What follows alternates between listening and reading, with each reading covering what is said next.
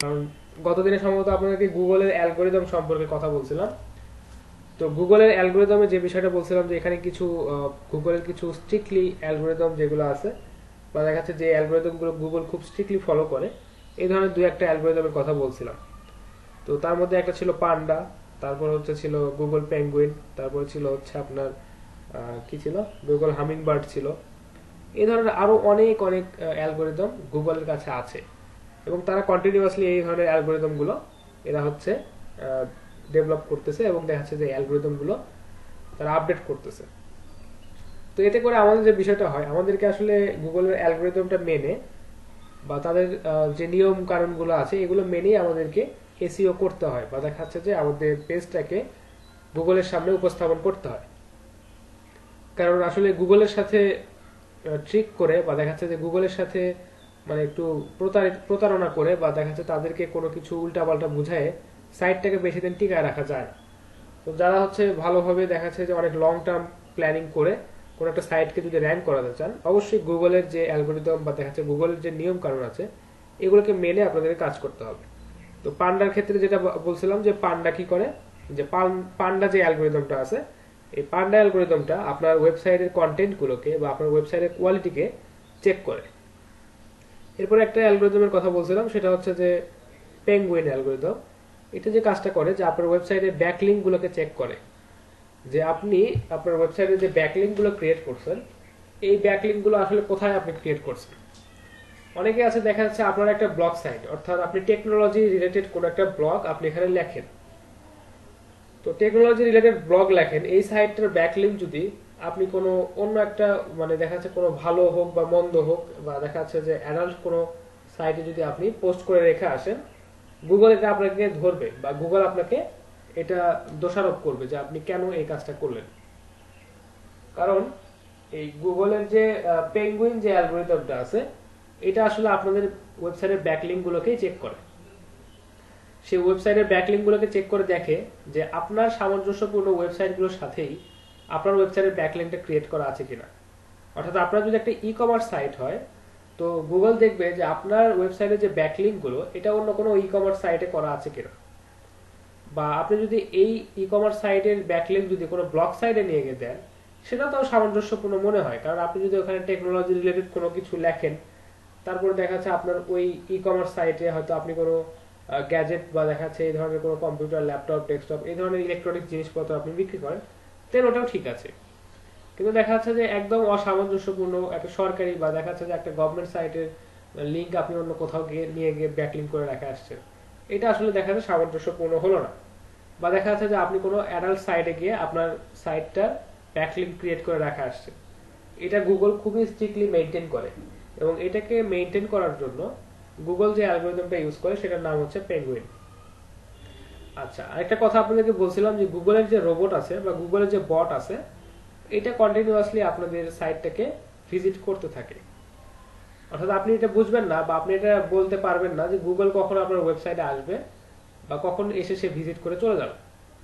তো এটা আপনি কখনো মানে ফিক্স করে দিতে পারবেন না।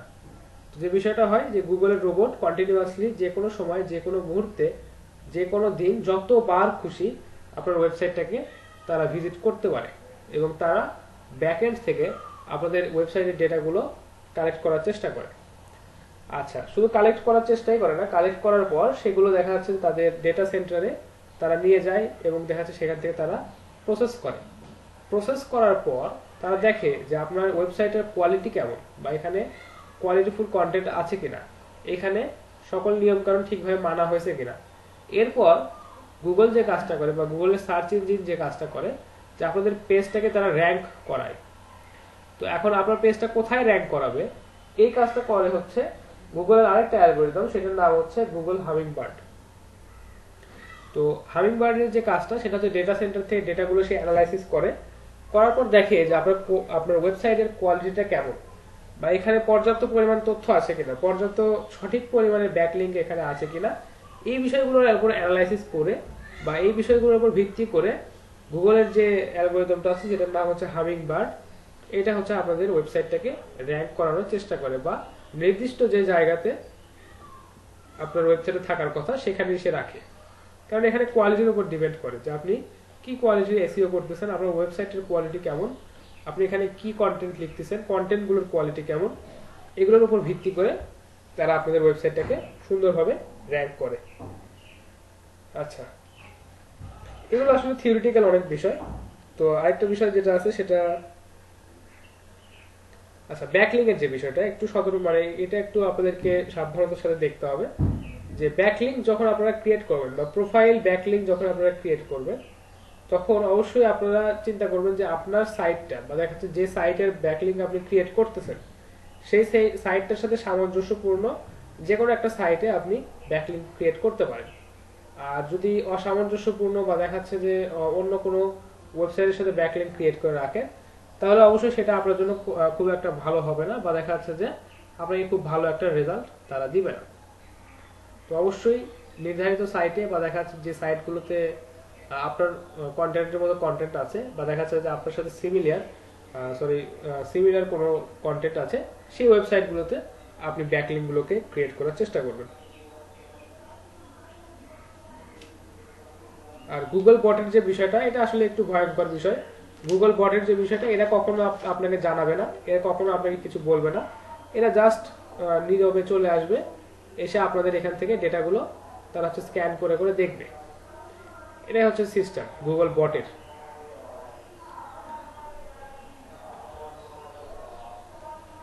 হ্যাঁ, ওয়ালাইকুম সালাম, শফিকুল ইসলাম।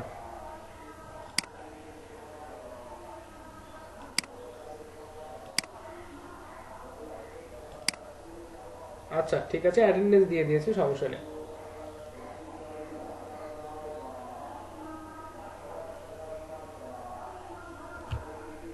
আচ্ছা, তো নরমালি এসইওর যে দুটো ধরন হয় সেটা হচ্ছে একটা অন পেজ এসইও আর একটা হচ্ছে অফ পেজ এসইও। আচ্ছা, আজকে অন পেজ এসইও নিয়ে আমরা একটু কথা বলবো যে অন পেজ এসইও কি বা অন পেজ এসইও কিভাবে আমরা করতে পারি। আচ্ছা, তো অন পেজ এসইওর যে বিষয়টা, আমরা হচ্ছে নরমালি এসইও কে দুইটা ভাগে ভাগ করতে পারি, অন পেজ এবং অফ পেজ এসইও। তো অন পেজ এসইওটা আপনাদের জন্য খুবই গুরুত্বপূর্ণ, এবং দেখা যাচ্ছে যে এই যে বিষয়টা বা অন পেজ এসইওতে আপনারা যত বেশি গুরুত্ব দিবেন, আপনাদের ওয়েবসাইটের সামনের দিকে আসা তত বেশি এখানে সম্ভাবনাটা বেশি। এবং কিছু বিষয়ে অবশ্যই আপনাকে খেয়াল রাখতে হবে, কারণ একটা ওয়েবসাইটকে আপনি যখনই র্যাঙ্ক করতে যাবেন বা একটা ওয়েবসাইটের জন্য যখন আপনি এসইও করতে যাবেন, তখন আপনাদেরকে একটা কাজ করতে হবে, সেটা ওয়েবসাইটটাকে আগে সুন্দরভাবে বিল্ড করতে হবে। কারণ আপনার ওয়েবসাইটের কোয়ালিটি যদি ভালো না হয়, বা দেখা যাচ্ছে যে ওয়েবসাইট বা আপনার যদি যে কোনো একটা প্রোডাক্টের ক্ষেত্রে যদি চিন্তা করেন যে আপনি চাচ্ছেন একটা প্রোডাক্ট সেল করবেন, তো আপনার প্রোডাক্টটা যদি ভালো না হয়, তাহলে আপনি যত মার্কেটিংই করেন না কেন, যত নিয়ম নীতি মেনে চলেন না কেন, আপনার এই প্রোডাক্টটা ভালো সেল হবে না। তো ওয়েবসাইটের ক্ষেত্রেও একই রকমই বিষয়, আপনি যত সুন্দরভাবেই ওয়েবসাইটটাকে ক্রিয়েট করেন না কেন, আপনি যত সুন্দরভাবেই এসইও করেন না কেন, আপনার ওয়েবসাইটে যদি ভালো মানের কন্টেন্ট না থাকে, ওয়েবসাইটের যদি স্ট্রাকচারটা যদি ঠিক না থাকে, তাহলে আপনি যত ভালোভাবে এসইও করেন এটাতে কোনো কাজ আসবে না। তো আমাদেরকে আসলে নির্ধারিত কিছু বিষয় খেয়াল রেখে আমাদের ওয়েবসাইটগুলোতে পোস্ট বা আমাদের এই কন্টেন্টগুলোকে পাবলিশ করতে হয়। তো ওয়েবসাইট ডেভেলপমেন্টের কাজটা এটা আসলে আমাদের কাজ না, এটা হচ্ছে ওয়েব ডেভেলপারের কাজ। তো সে যদি তার কাজটাকে খুব ভালোভাবে করে, তাহলে তো ওকে, আমাদের আর কোনো টেনশন নেই। এখন আমাদেরকে যে বিষয়টা করতে হবে বা দেখা যাচ্ছে যে আমাদেরকে যে কাজটা করতে হয়, সেটা হচ্ছে যে আমাদেরকে চেক করে নিতে হয় যে যে ওয়েবসাইটটা আমরা এসইও করতেছি সেই ওয়েবসাইটটা আসলে ওয়েল ডেভেলপড কিনা, বা এই ওয়েবসাইটটা যথাযথ মানসম্পন্ন কিনা, যাতে করে আমরা এই ওয়েবসাইটটাকে এসইও করে সামনের দিকে নিয়ে আসতে পারি। তো প্রথমে আমাদের কিছু বিষয় খেয়াল রাখতে হবে, সেটা হচ্ছে আমাদের ওয়েবসাইটের যে ইউআরএলটা আছে, ইউআরএল বা লিঙ্ক, আমরা যখনই সার্চ দেই, আমরা যদি কিছু একটা লিখে সার্চ দিই, আমার স্ক্রিনটা বোধহয় দেখা যাচ্ছে না, তাই না? প্রেজেন্টে দিয়ে দিই। আচ্ছা, শুনতে পাচ্ছি, জি বলেন। কন্টেন্টটা লেখা আপনারও কাজ না, আমারও কাজ না, ওয়েব ডেভেলপারেরও কাজ না। কন্টেন্টটা লেখার জন্য, কন্টেন্ট রাইটিং এর জন্য যারা থাকবে বা ওয়েবসাইটের যিনি ওনার থাকবে, এটা হচ্ছে তার কাজ, যে কন্টেন্ট রাইটিং করা। তো আমরা আসলে কন্টেন্টটাকে রাইট করব না, বা আমরা কন্টেন্ট কখনোই পাবলিশ করব না। আমরা জাস্ট একটা বিষয় দেখব যে চেক করব যে আমরা একটা ওয়েবসাইট থেকে চেক করে দেখব যে এই ওয়েবসাইটে যথাযথ বা দেখাচ্ছে যে মানসম্মত বা মানসম্পন্ন এখানে ইনফরমেশন আছে কিনা। যদি থাকে তাহলে খুবই ভালো, আমরা এটাতে এসইওর কাজ শুরু করতে পারি। আর যদি না থাকে তাহলে আমাদেরকে যারা কন্টেন্ট রাইটার যারা আছেন বা দেখাচ্ছে ওয়েবসাইটের ওনার যিনি আছে ওনাকে বলতে হবে যে আপনার এই ওয়েবসাইটটাতে এইখানে এই কন্টেন্টটা বা দেখাচ্ছে যে আপনার এই ওয়েবসাইটটাতে এই সাইটটাতে একটু প্রবলেম বা এই পাশে একটু এই জায়গাতে একটু প্রবলেম আছে, আপনি এটা ঠিক করে নেন। এছাড়া দেখা যাচ্ছে যে যত ভালো মানের এসইও আপনি করেন না কেন এটাকে ওভারকাম করাটা একটু টাফ হবে। তো অবশ্যই আমাদেরকে এইভাবে চিন্তা ভাবনা করতে হবে বা একটু বিচার বিশ্লেষণ করে আগে দেখতে হবে। তো রিয়াজুল ইসলাম রিয়াজকে যে বিষয়টা বলছিলাম কন্টেন্ট আমরা লিখবো না বা দেখাচ্ছে যে কোনো ওয়েবসাইটে কি প্রবলেম আছে এটা আমরাও ঠিক করব না, আমরা জাস্ট এই ওয়েবসাইটের ওনারকে বলবো যে আপনার এখানে এই প্রবলেমটা আছে বা এটার জন্য আপনি এসইও করে ভালো কিছু করতে পারবেন না বা এটার জন্য আমাদেরকে এসইও করতে অনেক বেশি এখানে পরিশ্রম বা দেখাচ্ছে যে অর্থ ব্যয় করতে হবে। তো আমরা তাকে এই বিষয়টা নোটিফিকেশন দিব বা তাদেরকে আমরা এটা জানাবো, দেন তারা হচ্ছে এই কাজটা করে নেবে। তারপর আমরা আমাদের এসইও কাজটা শুরু করব। তো আমাদেরকে তো আসলে চেক করতে হবে যে হ্যাঁ এখানে সবকিছু ঠিক আছে কিনা বা দেখাচ্ছে যে এখানে এসইও করে আমরা এই ওয়েবসাইটটাতে ভালো করে রেজাল্ট আনতে পারবো কিনা। তো এখানে কিছু বিষয় আমাদের খেয়াল রাখতে হয় যে আমাদের যখনই যে কোনো ওয়েবসাইটে যখন আমরা যাব, সার্চ পেজ অর্থাৎ ওয়েবসাইটে দেখেন আমি যদি কিছু একটা লিখে সার্চ দেই, আমি লিখে সার্চ দিলাম বুক স্টোর। বুক স্টোর লিখে সার্চ দেওয়ার পর দেখেন এখানে বেশ কিছু আমাদেরকে লোকেশন দেখাচ্ছে বা দেখাচ্ছে যে কিছু ওয়েবসাইট আমাদেরকে এখানে দেখাচ্ছে। তো এখানে যে বিষয়টা যে এই সার্চ পেজে যে রেজাল্টটা আসে এখানে আমাদের আসলে কি কি শো করে এটা একটু আমাদেরকে দেখতে হবে। তো এখানে যে বিষয়টা সার্চ পেজে একটা ওয়েবসাইট থেকে যে বিষয়গুলো শো করে সেটা হচ্ছে তাদের ইউআরএলটা আমাদেরকে শো করে। ঠিক আছে, ইউআরএলটা শো করলো। এখানে একটা মেটা টাইটেল অর্থাৎ আমাদের ওয়েবসাইটটার জন্য একটা মেটা টাইটেল আমাদের এখানে শো করে। অর্থাৎ ওয়েবসাইটে বা দেখাচ্ছে গুগলে সার্চ করার পর আমরা যদি বুক স্টোর লিখে সার্চ করি এবং এই বুক স্টোর কিওয়ার্ডের আন্ডারে যদি আমাদের ওয়েবসাইটটাকে বিল্ড করা থাকে বা এসইও করা থাকে, আমাদের ওয়েবসাইটটা সামনে আসবে বা ওয়েবসাইটের ইউআরএলটা সামনে আসবে। দেন আমাদের এখানে একটা ওয়েবসাইট থেকে মেটা টাইটেল আমাদের এখানে শো করবে। দেন এখানে যেটা আছে যে মেটা ডেসক্রিপশন এটা শো করবে। আচ্ছা, এখানে কিছু ক্যাটাগরি বা দেখাচ্ছে আমাদের ওয়েবসাইটে কিছু পপুলার ক্যাটাগরি বা ট্যাগ এগুলো আমাদেরকে দেখাবে বা আমাদের এখানে যদি সাইন ইন অপশন বা কার্ড অপশন এগুলো থাকে সেটা আমাদেরকে দেখাবে। আচ্ছা, এটা পরে দেখতেছি। তো মেইনলি যে তিনটা বিষয় সেটা হচ্ছে আমাদের ওয়েবসাইটের ইউআরএলটা শো করবে, মেটা টাইটেল শো করবে এবং মেটা ডেসক্রিপশনটা শো করবে। তো আমাদের এখানে মেটা ডেসক্রিপশনটা কি শো করবে এবং দেখা যাচ্ছে মেটা টাইটেল এবং মেটা ডেসক্রিপশনটা কি শো করবে এটা আমরা গুগলকে বলে দিতে পারি। যে আমরা যখন ওয়েবসাইটটাতে কাজ করব বা আমরা যে কোনো ওয়েবসাইটে যখন এসইও করব তখন আমরা এটাকে ফিক্স করে বলে দিতে পারি যে আমাদের পেজটা যদি গুগল র্যাঙ্কে যদি সামনে আসে বা প্রথমে যদি আসে তাহলে আমাদের এখানে ইউআরএলটা কি দেখাবে, আমাদের হচ্ছে এখানে মেটা টাইটেলটা কি দেখাবে এবং মেটা ডেসক্রিপশনটা কি দেখাবে, এটা আমরা ফিক্স করে দিতে পারি। তো আপনার এখানে দেখেন এই যে রকমারি.com এদের যে মেটা টাইটেলটা আছে এটা বলছে কি রকমারি.com buy book online best online book shop in dot dot dot, এখানে সামনে কিছু লেখা আছে। আচ্ছা, তো এখানে যে বিষয়টা হয়েছে যে এখানে ডট ডট দিয়ে লেখা আমরা কিন্তু আসলে পড়তে পারছি না যে এখানে এরপরে আর কি লেখা আছে। Best online book shop in Bangladesh এটা যদি লেখা থাকে তারপরে কিন্তু আমরা পড়তে পারছি না।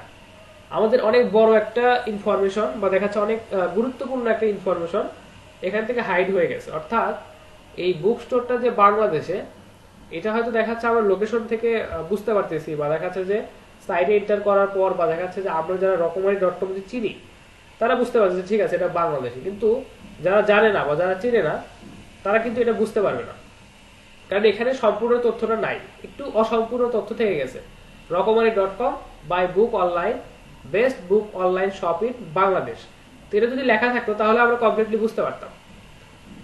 আচ্ছা, তো আমরা কিন্তু এই মেটা টাইটেলটা আমাদের ওয়েবসাইটের জন্য ফিক্স করে দিতে পারি, অর্থাৎ গুগলকে আমরা বলে দিতে পারি যে আমার ওয়েবসাইটটা যদি বা আমার ওয়েব পেজটা যদি সার্চের সামনে আসে তাহলে আপনি এই মেটা টাইটেলটা এটা শো করবেন। তো এটা অবশ্যই সুন্দরভাবে বলে দেওয়াটা জরুরি, কারণ এই যে দেখেন এখানে রকমারি.com বাই বুক অনলাইন তারপর কি বলছে বেস্ট অনলাইন বুক স্টোর এটাতে কিন্তু আমরা সম্পূর্ণ ডেটাটা পাচ্ছি না। তো আপনি যদি এটাকে নির্দিষ্ট করে বলে না দেন আপনার ওয়েবসাইটের মধ্যে বা ওয়েব পেজে যদি এটা নির্দিষ্ট করে না বলে দেন, দেন যে কাজটা হবে যে এটা গুগল র্যান্ডমলি আপনার ওয়েবসাইট থেকে একটাকে চুজ করে দিবে, দেন সেটাকে সে শো করবে। এখন আপনি কি শো করতে চাচ্ছেন বা আপনার এই ওয়েবসাইটটা সার্চ রেজাল্টে কেউ দেখার পর তাকে আপনি কি বিষয়টা বলতে চাচ্ছেন বা এখানে যে টাইটেলটা দিবেন এটার উপর কিন্তু আপনার ওয়েবসাইটের একটা ইমপ্রেশন বা দেখা যাচ্ছে আপনার ওয়েব পেজের ইমপ্রেশনটা কিন্তু ডিপেন্ড করে। এখন এখানে রকমারি বলছে যে বাই বুক অনলাইন বা এই টাইপের কিছু একটা বলছে। তো আপনারা এখানে যদি একটা মানে অপ্রয়োজনীয় কোনো একটা কথা যদি এখানে মেটা টাইটেল হিসেবে চলে আসে বা দেখাচ্ছে যে যেই পোস্টটা বা যেই ধরনের ব্লগটা বা যে আর্টিকেলটা আপনার ওয়েবসাইটে সবচাইতে কম ভিউ হয়েছে বা সবচাইতে কম গুরুত্ব দিয়ে আপনি লিখছেন, সেটা যদি মেটা টাইটেল হিসেবে গুগলে শো করে বা আপনার ওয়েবসাইটটাকে যদি ডেসক্রাইব না করে, তাহলে ওটা অবশ্যই আপনার ওয়েবসাইটের জন্য একটা খারাপ বিষয় হয়ে গেল। তো দেখেন, ক্লায়েন্ট আমাদেরকে অনেক সময় বলতে পারে যে আমার ওয়েবসাইটটা একটু দেখেন, আপনি দেখে বলেন যে এখানে কোথায় প্রবলেম বা এই ওয়েবসাইটটা বিল্ড করতে আসলে কোথায় অসুবিধা হচ্ছে। এই ধরনের কথা কিন্তু ক্লায়েন্ট আপনাকে জিজ্ঞেস করতে পারে। তো তখন আপনাকে এই বিষয়গুলো সার্চ করে সুন্দরভাবে তাকে বলতে হবে। তো মেটা টাইটেলটা আমরা অবশ্যই সুন্দরভাবে ফিক্স করে দিব এবং ক্লায়েন্টকে বলবো যে আপনার ওয়েব পেজটাতে এই ধরনের মেটা টাইটেল ইউজ করা আছে, এটা কি আপনার ওয়েবসাইটের জন্য সামঞ্জস্যপূর্ণ বা দেখাচ্ছে এটা কি আপনার ওয়েবসাইটে সম্পূর্ণ তথ্য এক কথায় ডিসক্রাইব করছে কিনা বা আপনার ওয়েবসাইটটাকে সামান্য কিছু কথায় ডিসক্রাইব করছে কিনা। আচ্ছা, এরপরে যে বিষয়টা আছে সেটা হচ্ছে যে মেটা ডেসক্রিপশন। মেটা ডেসক্রিপশনটা হচ্ছে যে এইটুকু পোর্শন, অর্থাৎ এই যে এখানে লিখছে রকমারি.com is the largest online book store in Bangladesh by কি বলছে নোবেল স্টোরি ইসলামিক বা দেখাচ্ছে যত ধরনের বই এখানে আছে এটা উনি বলছে। আচ্ছা, খুবই ভালো কথা। তো এখন এখানে যে কাজটা হবে যে আপনাদেরকে অবশ্যই এই মেটা ডেসক্রিপশনটাকেও ফিক্স করে দিতে হবে। তো মেটা ডেসক্রিপশনের ক্ষেত্রে যে বিষয়টা হয় যে আপনি ইউআরএল বা দেখাচ্ছে যে মেটা টাইটেল এগুলোকে নির্দিষ্ট করে দিতে পারেন, কিন্তু আপনার যে মেটা ডেসক্রিপশন যেটা আছে এটা যদি আপনি নির্দিষ্ট করে গুগলকে বলেও দেন, তারপরেও সে ওটা নিতেও পারে নাও নিতে পারে। অর্থাৎ আপনি যদি টাইটেলটা মেটা টাইটেলটা যদি ফিক্স করে দেন, গুগল এটাই শো করবে, এর বাইরে কিছু দেখাবে না। কিন্তু এই যে ডেসক্রিপশন যেটা আছে এটা গুগল যেটা চাইবে সেটাই আপনাকে শো করবে বা আপনার ওয়েবসাইট সম্পর্কে এখানে সে যে ইনফরমেশন পাবে সেই ইনফরমেশনটাই সে এখানে উল্লেখ করবে ডেসক্রিপশনে। তো এটা আপনি শিওর ভাবে কখনোই বলতে পারবেন না যে মেটা ডেসক্রিপশন যেটাই আপনি সিলেক্ট করে দিবেন সেটাই গুগল শো করবে। এটা আসলে গুগলের মর্জি মতো বা দেখাচ্ছে গুগলের কাছে যদি আপনার মেটা ডেসক্রিপশনটা বেটার মনে হয় সে ওটাকেই এখানে শো করবে। আচ্ছা, আর এখানে আপনার ওয়েবসাইটের কিছু পপুলার যে ধরেন যে আপনার হেডারে কিছু টাইটেল বা দেখাচ্ছে কিছু সাইন আপ অপশন বা কার্ড অপশন ক্যাটাগরি যেগুলো দেওয়া থাকে এটা সে এখানে শো করতেছে। আচ্ছা, তো আপনাদেরকে যে বিষয়টা খেয়াল রাখতে হবে, কোনো ক্লায়েন্ট যদি আপনাকে ওয়েবসাইটের জন্য এসইও করতে দেয় বা যদি বলে যে দেখেন তো আমার এই ওয়েবসাইটটাতে আসলে কি ধরনের এসইও করা প্রয়োজন বা কোথায় কি প্রবলেম হচ্ছে, এত এসইও করতেছি তাও কাজ হচ্ছে না কেন। তো এখানে কিছু বিষয় আপনাদেরকে খেয়াল রাখতে হবে যে এই যে মেটা টাইটেল যেটা আছে এই মেটা টাইটেলটা সবসময় 40টা ওয়ার্ডের মধ্যে 40টা ক্যারেক্টারের মধ্যে রাখার চেষ্টা করবেন। তো এখানে দেখা যাচ্ছে মোটামুটি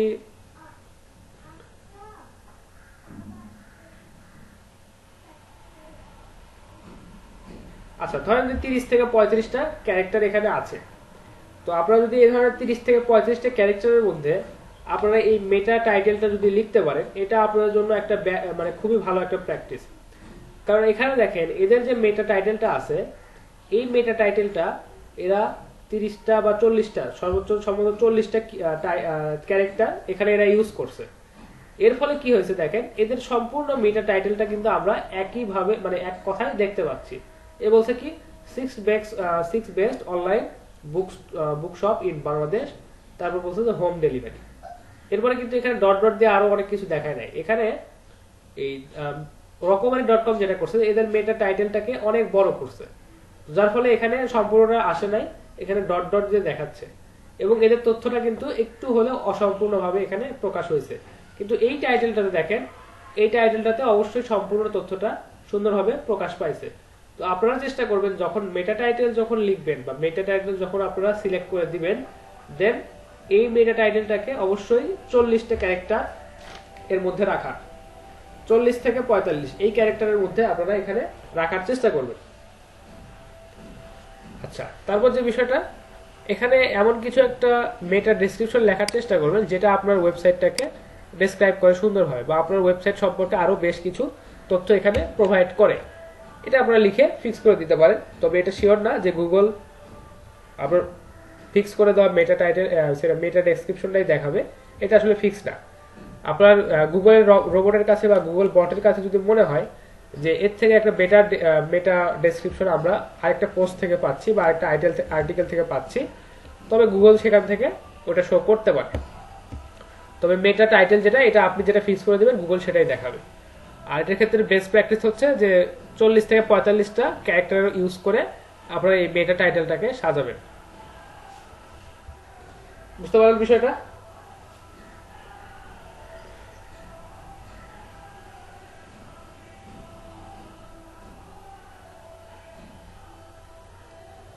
আচ্ছা, আরেকটা বিষয় আপনাদেরকে খুবই সুন্দরভাবে খেয়াল রাখতে হবে, যদি আপনারা নিজেদের ক্ষেত্রে বা দেখা যাচ্ছে নিজেদের কাজের ক্ষেত্রে আপনারা কোনো ওয়েবসাইট যদি ক্রিয়েট করেন বা সেটাকে যদি আপনারা র্যাঙ্ক করতে চান, সেটা আপনাদেরকে অবশ্যই অবশ্যই খেয়াল রাখতে হবে। তো একটু একটা বিষয় একটু আপনাদেরকে দেখাই, বা একটু একটা বিষয় লিখে আপনাদেরকে দেখাই, তাহলে আপনাদেরকে বুঝতে সুবিধা হবে।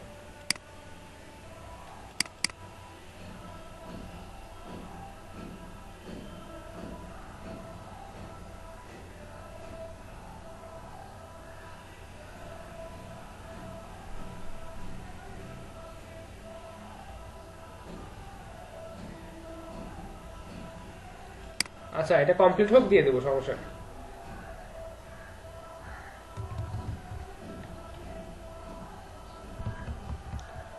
আচ্ছা, একটা জিনিস আমি আপনাদেরকে লিখে একটু দেখাই, যে আপনারা হয়তো কোনো একটা আর্টিকেল লিখছেন বা আপনাদের ওয়েবসাইটের জন্য কোনো একটা বিষয় যদি যখন আপনারা লিখবেন, তখন ধরেন লিখলেন যে অনলাইন। আচ্ছা, এই কথাটা আপনি লিখলেন, লেখার পর এখন আপনার তো হেডিং থাকে, তাই হেডিং থাকে, বা দেখা যাচ্ছে যে আপনারা মেটা টাইটেল হিসেবে অনেক কিছু ইউজ করেন, তাই না? এই যে দেখেন মেটা টাইটেলটা আমাদের ওয়েবসাইটে যেটা লেখা আছে, এই মেটা টাইটেলের যে সাইজটা আছে, এই সাইজটা কিন্তু অন্যান্য যে নর্মাল টেক্সট আছে এটার থেকে কিন্তু অনেক বড়, বা এই যে প্যারাগ্রাফে যে টেক্সটটা আছে এটা থেকে কিন্তু এটা একটু বড়, বা এটা কিন্তু আলাদা। তো আপনারা হয়তো অনেকেই চিন্তা করতে পারেন যে আপনারা এইভাবে যখন লিখবেন বা যখন আর্টিকেল লিখবেন, তখন একটা বিষয় আপনাদের খেয়াল রাখতে হবে, সেটা হচ্ছে দেখেন এইখানে হেডিং এর অপশন আছে, আপনি হয়তো এটাকে হেডিং 1 দিলেন। আচ্ছা, আগে লিখি তাহলে আপনারা বুঝতে পারবেন। আচ্ছা, ঠিক আছে।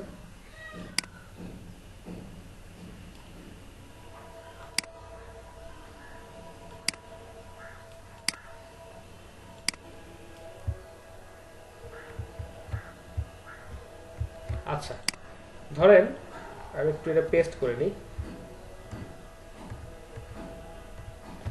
আচ্ছা, এটা একটু দেখেন যে এটা একটা নর্মাল একটা টেক্সট জাস্ট আমরা লিখছি এখানে। এটাকে যদি আমরা হেডিং 1 দেই, দেখেন এটা সাইজটা ইনক্রিজ হয়ে গেল। এটাকে যদি হেডিং 2 দেই, এটার সাইজটা নির্দিষ্ট পরিমাণে চলে আসলো। এটার সাইজটা দেখি নির্দিষ্ট পরিমাণে আসে কিনা। হ্যাঁ, এটার সাইজটা দেখেন একটু আলাদা হয়েছে। তো এখন একটা বিষয় আপনারা খেয়াল করেন, এই যে আমরা যে নর্মাল যে টেক্সটটা লিখছি, এই নর্মাল টেক্সটের কালার কিন্তু আমরা এইভাবে চেঞ্জ করে একটা নর্মাল টেক্সটে কিন্তু আমরা হেডিং হিসেবে চালাই দিতে পারি।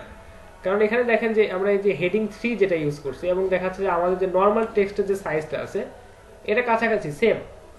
এবং আমরা যদি এটা কালারটাকে যদি চেঞ্জ করতে চাই,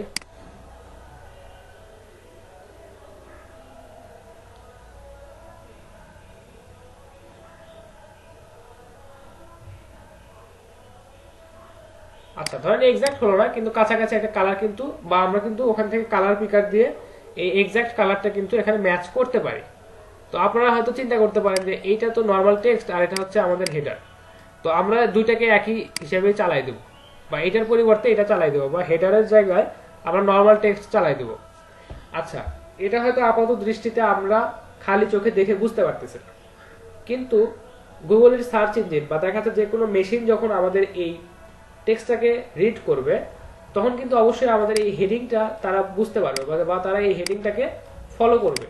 কারণ এইখানে এই যে হেডিং বলা হয়েছে বা দেখাচ্ছে যে যখন ওয়েবসাইটে যখন কোনো কিছু লেখা হয় বা কোনো কিছু যখন হেডিং হিসেবে সেট করা হয় তখন ওখানে কিছু ট্যাগ আছে H1 H2 H3 H4 এই ধরনের ট্যাগ কিন্তু সেখানে আছে। তো এই ট্যাগগুলো দেখা যাচ্ছে যে ইউজ যদি করেন তাহলে মেশিন ল্যাঙ্গুয়েজ বা দেখা যাচ্ছে যে গুগলের যে বট আছে এটা আপনাদের এই বিষয়গুলোকে বুঝতে পারবে যে আপনি এটা একটা হেডিং হিসেবে উল্লেখ করছেন বা এটা আপনি হেডিং হিসেবে লিখছেন। এখন আপনি ভাবতেছেন যে এই হেডিংটা এবং আমার যে নর্মাল টেক্সটটা এটা তো দুটোতে একই সাইজ, দেখতে তো একই রকমই লাগতেছে, কিন্তু বিষয়টা মেশিনের কাছে একরকম না। আপনার কাছে হয়তো বিষয় দুটো একই রকমই লাগতেছে, সাইজটা হয়তো একই রকমই লাগতেছে, কিন্তু মেশিনের কাছে আসলে দুইটা জিনিস অবশ্যই আলাদা। তো আপনারা যখন কোনো কিছু লিখবেন বা কোনো কিছু ব্লগ যখন লিখবেন বা কোনো আর্টিকেল যখন লেখার চেষ্টা করবেন অবশ্যই প্রপার ওয়েতে লেখার চেষ্টা করবেন। শুধু একটা হেডিং দিবেন, একটা টাইটেল দিবেন বা যে কোনো কিছু আপনারা দিবেন, দেন ওখানে প্যারাগ্রাফ জায়গাতে প্যারাগ্রাফ ডেসক্রিপশন যা কিছু লেখা আপনারা লিখবেন। অবশ্যই এই বিষয়গুলো ফলো করবেন যে অবশ্যই হেডিং বা দেখা যাচ্ছে যে ট্যাগগুলো ইউজ করে আমাদেরকে ব্লগ লিখতে হয় এগুলো অবশ্যই আমাদেরকে সুন্দরভাবে মেইনটেইন করতে হবে। আচ্ছা আচ্ছা, যে কোনো পেজে গিয়ে দেখতে পাবেন না, এটা আপনাকে ইনস্ট্রাকশন হিসেবে বলে দিতে হবে যে এই পেজটাতে এই হেডিংটা ইউজ করতে হবে বা আপনি অবশ্যই এখানে নরমাল আপনাকে যখন পেজের যখন অথরিটি বা দেখা যাচ্ছে আপনাকে যখন অ্যাক্সেস দিবে দেন তো আপনি অবশ্যই দেখতে পাবেন। আপনি যে কোনো পেজে গিয়ে দেখতে পাবেন না, তাই না? আপনাকে যখন অ্যাক্সেস, বুঝতে পারলাম না। হ্যাঁ কোডটা তো দেখতে পারবেন, সমস্যা। আপনাকে তো কোড তো অ্যানালাইসিস করেই তো জানাতে হবে যে আপনি এটা লিখতে পারছেন, যে এটা ঠিকভাবে লিখছেন কিনা, এটা ঠিকভাবে লেখেন কিনা। আপনি না দেখে তো তাকে, ওগুলোর কিছু টুল আছে, কিছু এক্সটেনশন আছে, ওগুলো ইউজ করে ওগুলো তো দেখা যাবে।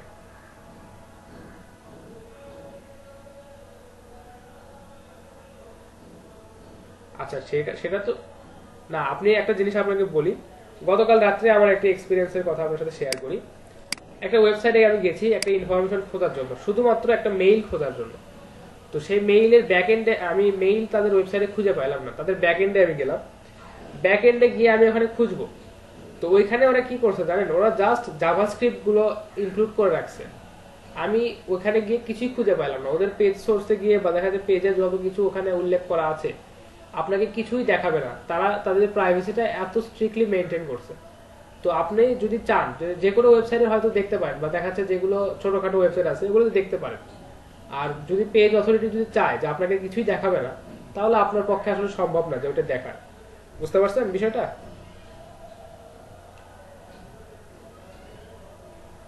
হ্যাঁ গেছিল বলতে যায়, আমি গতকাল রাত্রে একটা কাজ করছিলাম, সম্ভবত মানিকের সাথে একটা কাজ করতেছিলাম। ওইখানে নেভি ফেডারেলের একটা হচ্ছে, হ্যাঁ নেভি ফেডারেলের একটা মেইল পাওয়া যাচ্ছিল না। তো নেভি ফেডারেলের যে ওয়েবসাইটটা ওটা একটা দেখা যাচ্ছে যে একটা ওদের খুবই সিকিউর একটা ওয়েবসাইট। তো ওটার ব্যাকগ্রাউন্ডে আমি গেলাম বা দেখা যাচ্ছে ব্যাক এন্ডে গেলাম, গিয়ে পেজ সোর্স থেকে অনেক কিছু সার্চ করার চেষ্টা করলাম, কিছুই আসলো না। জাস্ট আমাকে ওখানে 6টা লাইন দেখাইছে, সেই 6টা লাইনে জাভাস্ক্রিপ্ট উল্লেখ করা আছে, সেই আমি সেখানে গেলাম, জাস্ট আলটিমেটলি ঘুরে চলে আসলো। তো যে কিছু ওয়েবসাইট আছে বা কিছু ওয়েব পেজ আছে সেখানে আসলে দেখা যায়, আবার দেখা যাচ্ছে যে পেজ সোর্স থেকে দেখা যায়, আবার অনেক সময় দেখা যায় না।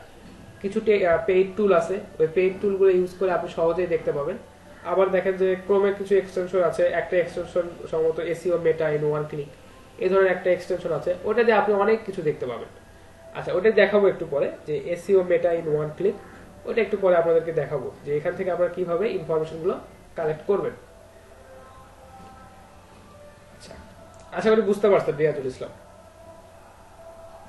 আচ্ছা সবারটাই যে দেখতে পাবেন এরকম না, যারা দিয়ে রাখছে বা যারা দেখার মতো অবস্থা করে রাখছে সেটা দেখতে পাবেন, আর যারা খুব স্ট্রিক্টলি তাদের প্রাইভেসিটা মেনটেন করছে তাদেরটা কখনোই দেখতে পাবেন না। তাদের কাছে অ্যাক্সেস চাইতে হবে যে আপনি আমাকে অ্যাক্সেস দেন, আমি এটা দেখতে যাচ্ছি। হয়তো দেখে বুঝতে পারতেছে না যেখানে কোনটা হেডিং, কোনটা হচ্ছে আমাদের নর্মাল টেক্সট, কিন্তু মেশিনের কাছে এই সবটা বিষয় আলাদা। মেশিন এই বিষয়গুলো তার নিয়ম অনুযায়ী ফলো করে এই বিষয়গুলো দেখে বা তার নিয়ম অনুযায়ী সেই বিষয়গুলো চেক করে। তো অবশ্যই যেখানে হেডিংটা ইউজ করা উচিত সেখানে হেডিংটা ইউজ করতে হবে, যেখানে প্যারাগ্রাফ ইউজ করতে হবে সেখানে প্যারাগ্রাফটা ইউজ করাটাই সমীচীন। এভাবে আপনাদেরকে আপনাদের আর্টিকেলগুলো যখন আপনারা পার্সোনাল কাজের জন্য যখন আর্টিকেল লিখবেন বা আপনাদের যে পেজের যে কন্টেন্টগুলো রাইট করবেন সেগুলোতে এভাবে চেক করে করে দেখতে হবে। আচ্ছা,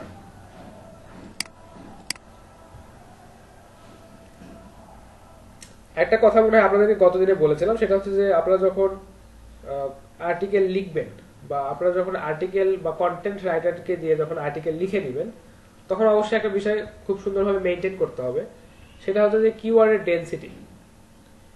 কিওয়ার্ডের ডেনসিটিটা কত হতে হবে, অর্থাৎ একটা আর্টিকেল আপনি লিখলেন, সেই আর্টিকেলটাতে কতবার কিওয়ার্ডটা ইউজ করলে আপনার যে মেইন কিওয়ার্ড বা দেখাচ্ছে যে ওই আর্টিকেল রিলেটেড যে কিওয়ার্ড আছে ওইটাকে কতবার ইউজ করলে আপনার এই কন্টেন্টটা, আপনার এই আর্টিকেলটা একদম পারফেক্ট মানের বা ভালো মানের হবে, সেটা হচ্ছে যে মাত্র 0.5% বা দেখা যাচ্ছে যে 1% খুব বড় জোর আপনারা ইউজ করতে পারেন। তো অনেকেই চেষ্টা করে যে কিওয়ার্ডটা বারবার লিখবো, কিওয়ার্ডটা বারবার লিখবো, তাহলে হয়তো আবার এখানে ভিউটা বেশি হবে, আমার আর্টিকেলের এখানে আর্টিকেলের ভিউটা বেশি হবে, অনেকে এটা চিন্তা করে, কিন্তু নর্মালি তা হয় না। যে বিষয়টা হয় যে একদম সুন্দরভাবে যখন আর্টিকেল লিখতে হয় আমাদেরকে, তখন 0.5% এই হারে আমরা কিওয়ার্ডটা ইউজ করতে পারি। আর এর পাশাপাশি যে কাজটা করা যায় সেটা হচ্ছে সাপোর্টিভ কিওয়ার্ড, বা দেখা যাচ্ছে যে আরো তো অন্যান্য প্রাইমারি কিওয়ার্ড বা দেখা যাচ্ছে তার পাশাপাশি আরো অনেক কিওয়ার্ড আমরা কিন্তু এখানে ইউজ করতে পারি। পার্সিয়াল ম্যাচ বা দেখা যাচ্ছে যে একটা কি ছিল বোর্ড ম্যাচ, এই ধরনের কিওয়ার্ড গুলো কিন্তু আমরা ইউজ করতে পারবো। তো অবশ্যই চেষ্টা করবেন যে যদি আর্টিকেলের কোয়ালিটি ভালো করতে চান, অবশ্যই 0.5% থেকে 1% এর মধ্যে আপনাদের কিওয়ার্ডটাকে ব্যবহার করতে চাইবেন বা চেষ্টা করবেন ব্যবহার করার। আচ্ছা, অনেক সময় একটা বিষয় এরকম হয় যে ক্লায়েন্ট আমাদেরকে তাদের সাইটের লিঙ্কটা দিয়ে বলতেছে যে একটু দেখেন তো যে আমার এই সাইটটার কি অবস্থা, বা এই সাইটটা আমি র্যাঙ্ক করতে যাচ্ছি, বা এই সাইটটা আমরা কিভাবে কাজ করলে আমরা এই সাইটটা থেকে বেশি বা বেটার আউটপুট আমরা পাবো। এটা অনেক সময় ক্লায়েন্ট আমাদেরকে বলতে পারে। তো আপনাদেরকে তো এই বিষয়টা চেক করে দেখতে হবে যে আসলে সাইটটার কোয়ালিটি কেমন, বা সাইটটার এই কন্টেন্টটা কেমন, বা এই সাইটটা আসলে দেখাচ্ছে যে এসইও করে ভালোভাবে র্যাঙ্ক করা যাবে কিনা। তো আপনাদেরকে অবশ্যই চেক করতে হবে। তো নর্মালি একটা সাইটের কি কি বিষয় আপনারা খেয়াল করতে পারেন, বা একটা সাইটের হচ্ছে কি কি বিষয় আপনারা চেক করে দেখবেন, একটু বলেন তো যে এই সাইটটা আসলে ভালো না, এই সাইটটা ভালো না, এই বিষয়টা আপনি কিভাবে চেক করে দেখবেন, একটু বলেন।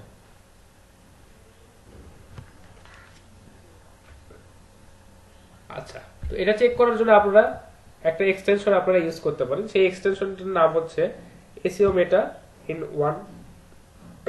One click. আচ্ছা, আমরা একটু সার্চ দিয়ে দেখি।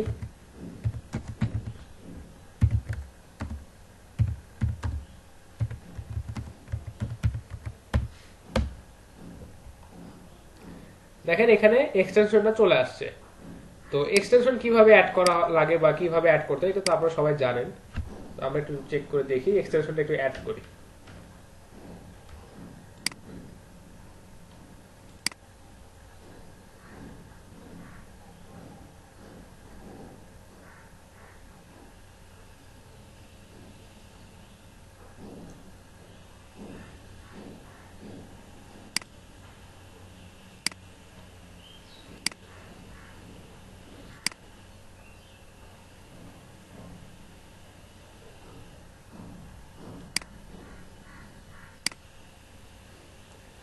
আচ্ছা, তো আমরা একটু সার্চ দেই যে কোনো একটা ওয়েবসাইট।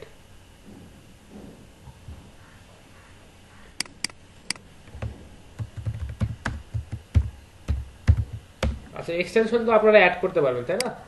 এক্সটেনশনের লিঙ্কটা আমি আপনাদেরকে ডেসক্রিপশন বা চ্যাট বক্সে দিয়ে দিচ্ছি, আপনারা চাইলে এখান থেকে অ্যাড করে নিতে পারেন।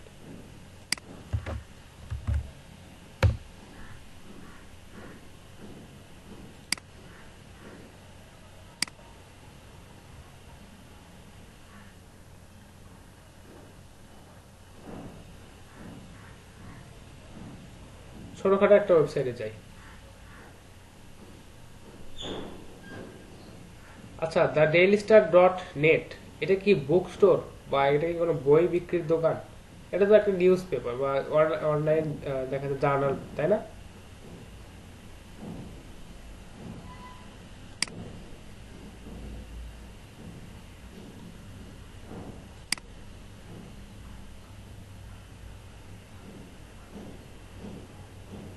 আচ্ছা, দেখেন এই ওয়েবসাইটটাতে আমরা আসলাম, আসার পর জাস্ট আমাদের যে এক্সটেনশনটা আছে এই এক্সটেনশনটাতে আমরা ক্লিক করলাম, একটু সময় নিবে হয়তো।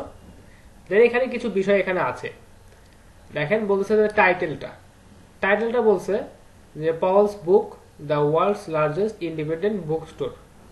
এখানে দেখেন এদের যে টাইটেলটা আছে এই টাইটেলের যে লেন্থটা বা যতটা ক্যারেক্টার ওরা ইউজ করছে, এখানে বলতেছে যে এরা 58 ক্যারেক্টার ইউজ করছে। আচ্ছা, তা বলছে যে তারপর বলছে যে it's a 30 to 65 character page title. আচ্ছা, সেটা যাই হোক, এখানে ক্যারেক্টারটা সুন্দরভাবে নির্দিষ্ট করে বলে দিছে যে 58 ক্যারেক্টার দিয়ে তারা একটা টাইটেল এখানে বানাইছে। তো আমি আপনাদেরকে বলছিলাম যে আপনারা অবশ্যই পেজের জন্য যে টাইটেলটা যেটা হচ্ছে আপনাদের মেটা টাইটেল হিসেবে কাজ করবে, এটাকে আপনারা চেষ্টা করবেন যে 40 থেকে 45 বা দেখা যাচ্ছে যে 50 আন্ডারে রাখার চেষ্টা করবেন। তো ঠিক আছে, এটা রাখছে 58, সমস্যা নেই। তারপর এখানে যে মেটার যে ডেসক্রিপশনটা আছে, দেখেন এই মেটা ডেসক্রিপশনের যে ক্যারেক্টার গুলো আছে এখানে 156। এটা ঠিক আছে, এটা অনেক ভালো। নর্মালি 150 থেকে 160টার মধ্যে মেটা ডেসক্রিপশনের জন্য ক্যারেক্টার ইউজ করাটা সবচেয়ে বেটার। তো এটা অনেক ভালো একটা বা বেস্ট প্র্যাকটিস যেটা, এটা এরা এখানে ইউজ করছে।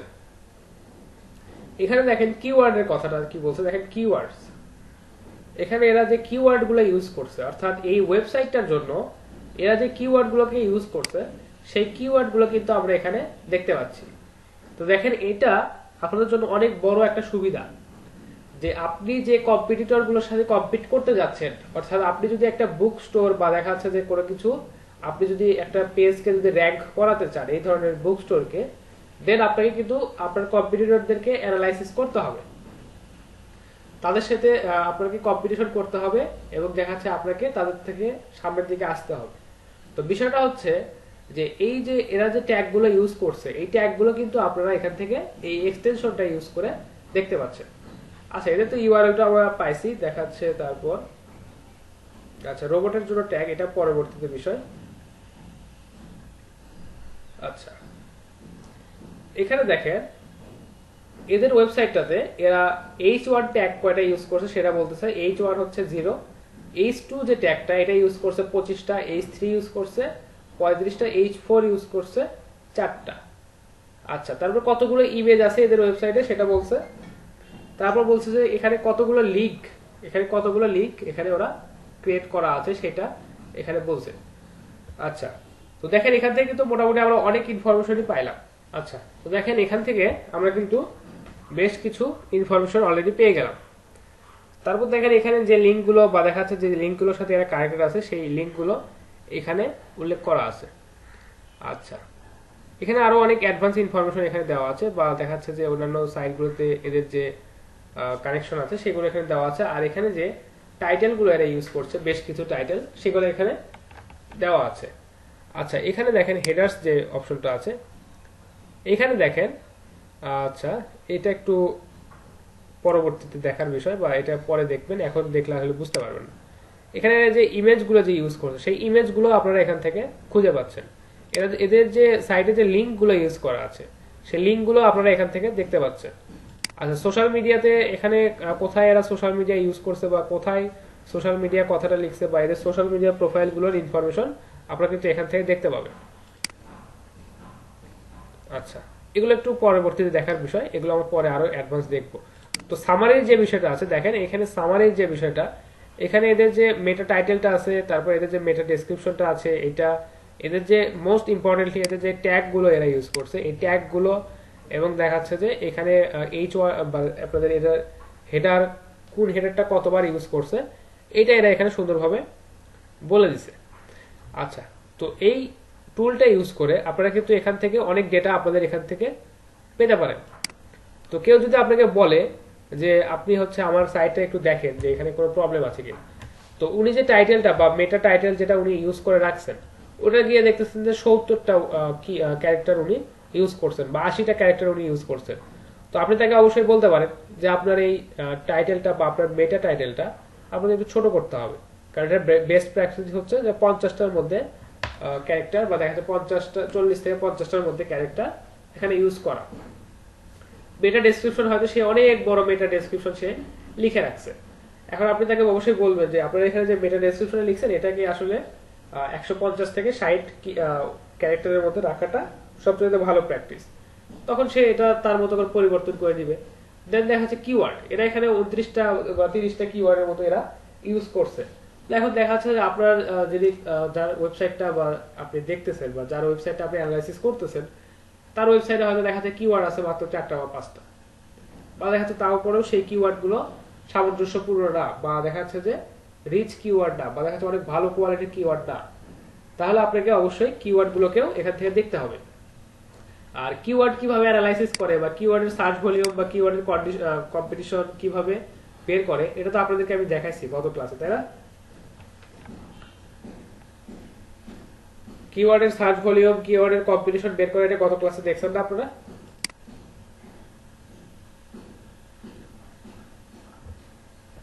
আচ্ছা, তাহলে দেখেন এই কিওয়ার্ড গুলোকেও কিন্তু আপনার অ্যানালাইসিস করে দেখতে হবে যে এই কিওয়ার্ড গুলো আসলে ভালো কিওয়ার্ড কিনা বা রিচ কিওয়ার্ড কিনা, এই কিওয়ার্ড গুলো ইউজ করে আসলে সাইটটাতে ভালো র্যাঙ্কিং নিয়ে আসা পসিবল কিনা, অথবা আপনার যে আপনার এই ওয়েবসাইটের আগে পিছে যে কম্পিটিটররা যারা আছে তারা কি ধরনের কিওয়ার্ড ইউজ করে ভালো ফলাফল পাচ্ছে বা তারা কি ইউজ করতেছে কি ইউজ করতেছে না, এই বিষয়টা কিন্তু আপনি কম্পেয়ার করে দেখতে পারেন।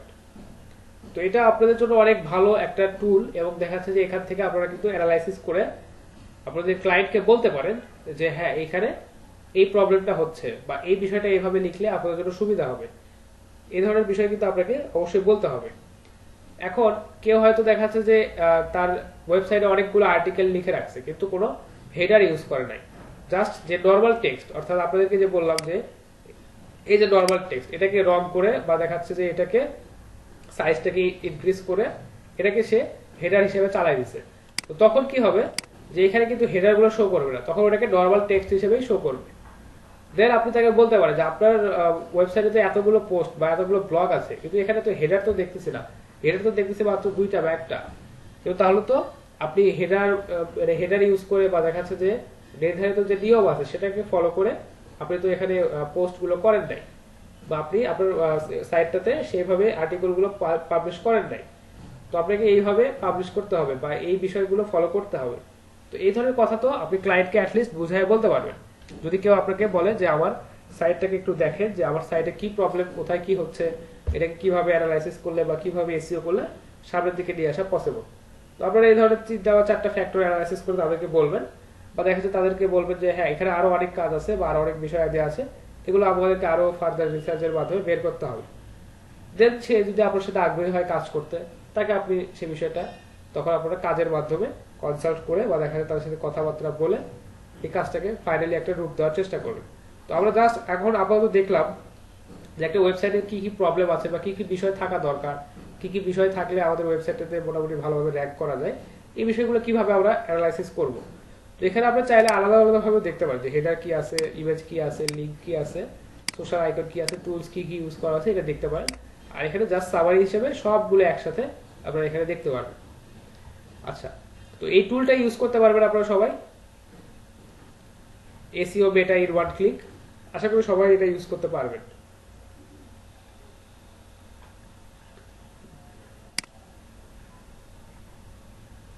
হ্যাঁ সোহাগ, শুনতে পাচ্ছি।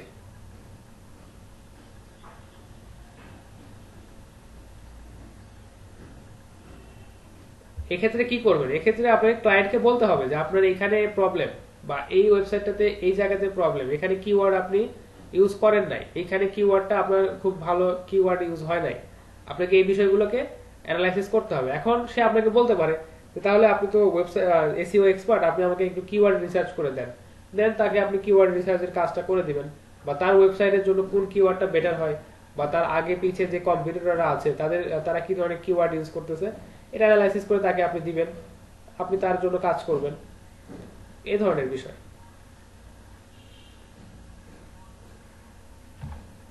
আচ্ছা, আরেকটা বিষয় আমাদেরকে খেয়াল রাখতে হবে, সেটা হচ্ছে আমাদের ওয়েবসাইটের স্পিড।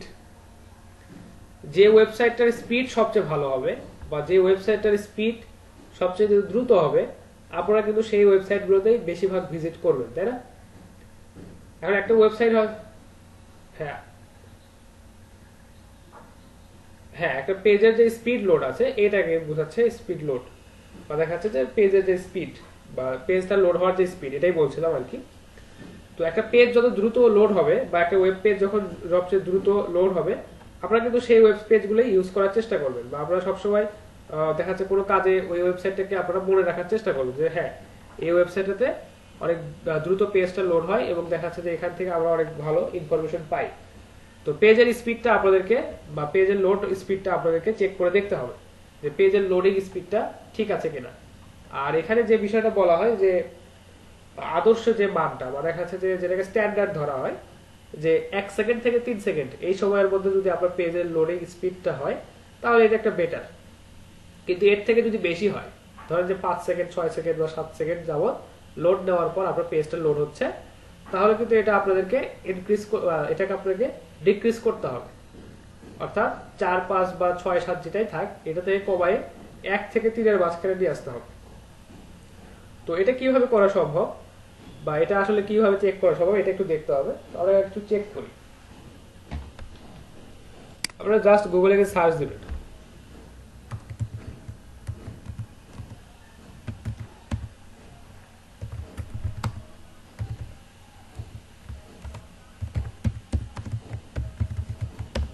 এর বেশ কিছু সাইট আপনাদের সামনে চলে আসবে যে ওয়েবসাইটের পেজকে, এই ওয়েবসাইটের পেজে আপনারা হচ্ছে কত সময় নিচ্ছে লোড হতে বা ওয়েবসাইটটা কত সময় নিচ্ছে লোড নিতে, এটা আপনাদেরকে দেখাবে।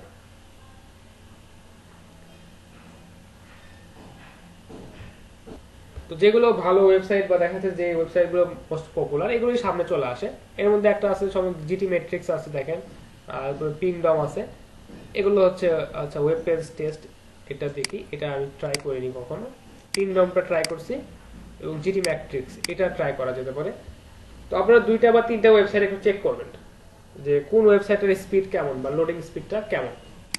তো এই যে এটা দেখি নাই, কখন ট্রাই করি নাই। পিংডমটা ট্রাই করা হয়েছে, জিটি ম্যাট্রিক্স এটা ট্রাই করা আছে। তো আপনারা জাস্ট এখানে সাইটের ইউআরএলটা দিবেন। জিটি ম্যাট্রিক্সটা মোস্ট পপুলার। আচ্ছা, দেওয়ার পর টেস্ট ইউর সাইট এই অপশনটাতে যাবেন। দেখেন এখানে একটু সময় নিতে পারে।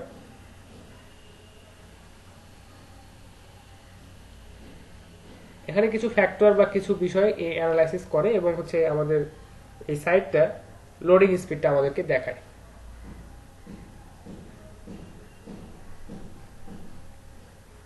আরেকটা সাইট একটু যাই।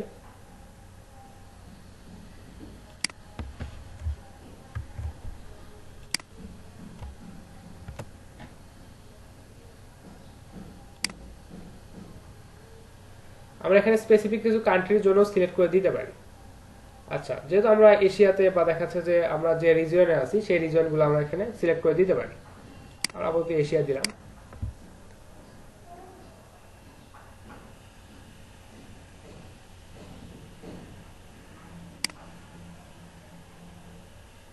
আচ্ছা, এখানে অ্যানালাইসিস এরর কেন দেখাচ্ছে?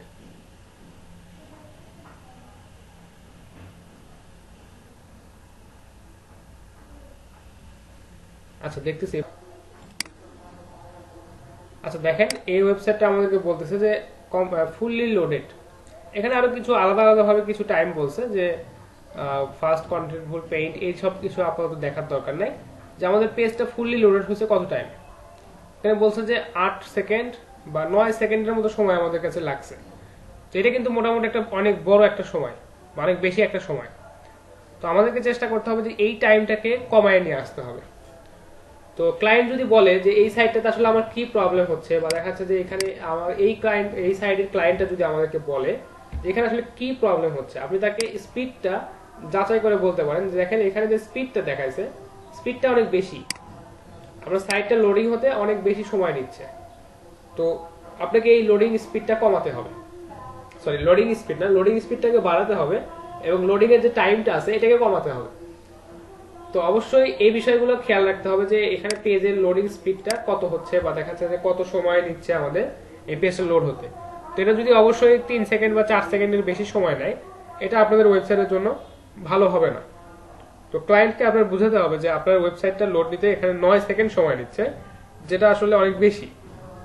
তো আপনাকে এই স্পিডটা, লোডিং স্পিডটা বাড়াতে হবে এবং দেখা যাচ্ছে আপনার এখান থেকে লোডিং টাইমটা অবশ্যই কমাতে হবে। তো তখন ক্লায়েন্ট কি করতে পারে যে তার ওয়েবসাইটের যে লোডিং স্পিডটা এটা বাড়াতে পারে, প্লাস এখানে যে উনি কন্টেন্টগুলো ইউজ করছে এই কন্টেন্টগুলোতে অবশ্যই তাকে নির্দিষ্ট একটা সাইজের বা দেখা যাচ্ছে নির্দিষ্ট সাইট বা নির্দিষ্ট ফরম্যাটের কিছু বিষয় খেয়াল রেখে, যেমন ধরেন যে নির্দিষ্ট সাইজের ইমেজ ইউজ করা, বা দেখা যাচ্ছে একটা আর্টিকেলে নির্দিষ্ট সংখ্যক কিছু কিওয়ার্ড ইউজ করা, বা দেখা যাচ্ছে নির্দিষ্ট পরিমাণের একটা নির্দিষ্ট ক্যারেক্টারের হচ্ছে একটা আর্টিকেল লেখা। অর্থাৎ দেখা যাচ্ছে যে আর্টিকেলগুলো সাইজ হবে সবচেয়ে বড় হলে বা দেখা যাচ্ছে ম্যাক্সিমাম 1000 ক্যারেক্টার আপনি একটা আর্টিকেলে ইউজ করবেন। এটা হচ্ছে আপনি একটা নিয়ম করে দিলেন। তারপর বললেন যে এখানে যে ইমেজটা ইউজ করবেন এই ইমেজটা হতে হবে লো রেজুলেশন, দেখা যাচ্ছে যে 300 pixel by 300 pixel by 200 pixel এরকম সাইজ হবে, এবং দেখা যাচ্ছে যে ইমেজের সাইজটা হবে বা ফাইলের সাইজটা হবে মাত্র 20 কিলোবাইট থেকে 30 কিলোবাইট। তাহলে আপনি যদি এইভাবে এই সব কিছু মেনটেন করেন তাহলে দেখা যাচ্ছে আপনার এই মানে ওয়েবসাইটের যে সাইজটা এটাও কমে আসবে এবং এটা লোড হতে খুব কম সময় নেবে। তো ক্লায়েন্টকে আপনাকে এই সব বিষয় বা এই ফ্যাক্টরগুলো অ্যানালাইসিস করে বোঝাতে হবে যে আপনার ওয়েবসাইটটাতে এই ধরনের কিওয়ার্ড ইউজ করতে হবে, এখানে লোডিং স্পিডটা অনেক বেশি, লোডিং স্পিডটা কমাতে হবে। এই বিষয়গুলো ক্লায়েন্টকে সুন্দরভাবে বোঝায় দিতে হবে। দেন উনি আপনাকে বলবে ঠিক আছে তাহলে আপনি আবার এই সাইটটাকে সুন্দরভাবে সাজান, বা দেখা যাচ্ছে যে এই সাইটটাতে কিওয়ার্ড রিচ করার জন্য বা দেখা যাচ্ছে কিওয়ার্ড আরো ভালোভাবে কিওয়ার্ড ব্যবহার করার জন্য কিওয়ার্ডগুলো অ্যানালাইসিস করে দেন বা কিওয়ার্ড রিসার্চ করেন। দেন এটাকে আবার ওয়েবসাইটে আপনি অ্যাড করেন। তারপর হচ্ছে কোথায় লোডিং স্পিডটা কিভাবে মানে বাড়ানো যায় বা দেখা যাচ্ছে যে লোডিং টাইমটা কিভাবে কমানো যায়, এই বিষয়গুলোর জন্য সে আপনার কাছে সলিউশন চাইবে। বিষয় সেটা হচ্ছে যে আপনাদের খেয়াল রাখতে হবে যে আপনাদের ওয়েবসাইটটাতে এসএসএল সার্টিফিকেট আছে কিনা। তো এসএসএল বলতে কি বোঝেন বা এসএসএল বলতে কি বোঝায় আপনারা কি কেউ জানেন এসএসএলটা কি?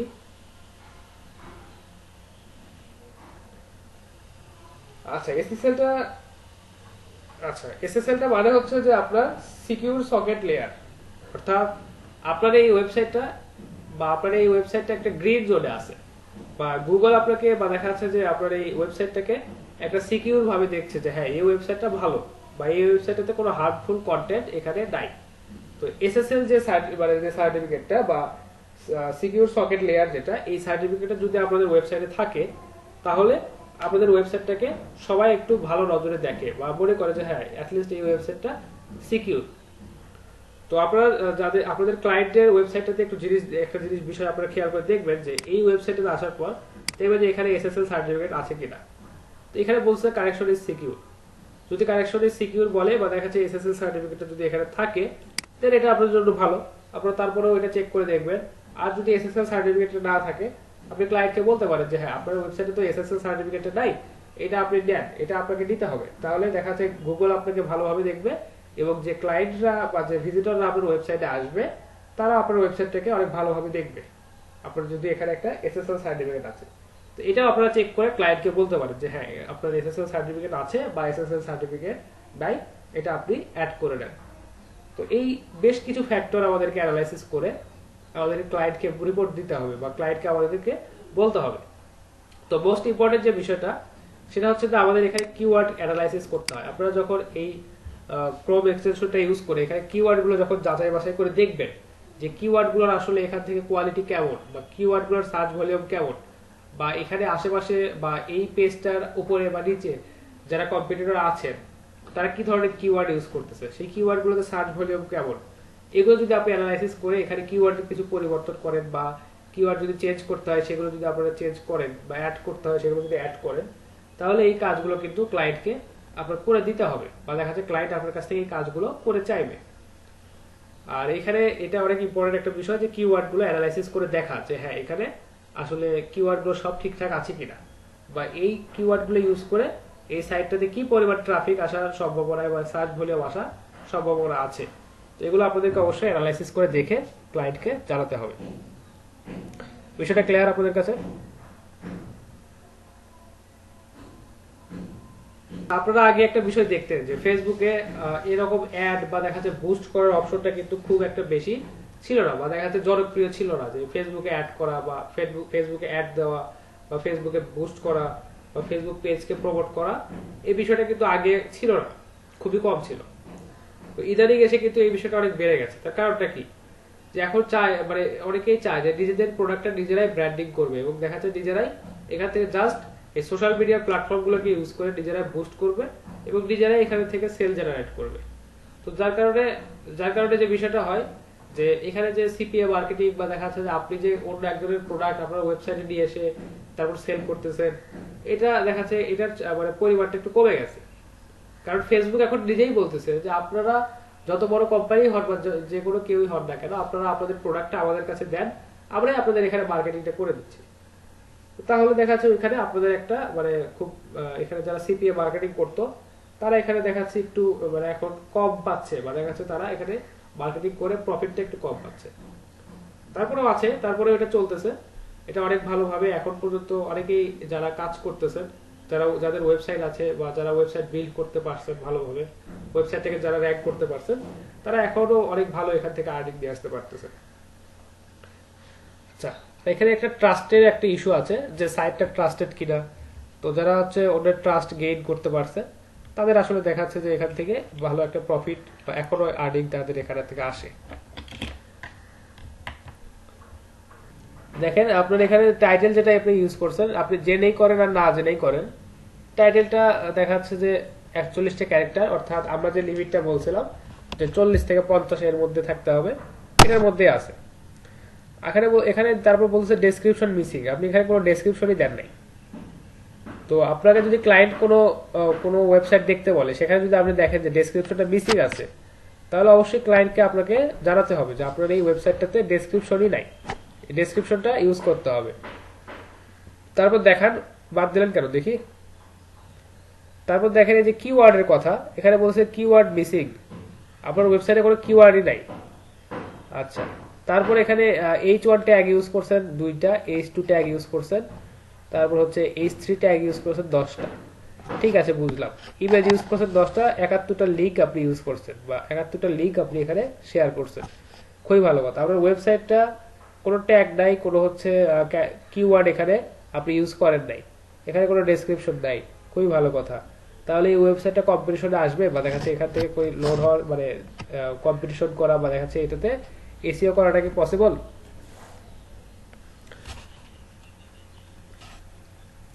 আচ্ছা আচ্ছা, তাহলে এই বিষয়গুলো অ্যাড করতে হবে, তাই না? বা ক্লায়েন্টকে আমাকে জানাতে হবে যে আপনার ওয়েবসাইটটার এখানে প্রবলেম আছে, এখানে প্রবলেম।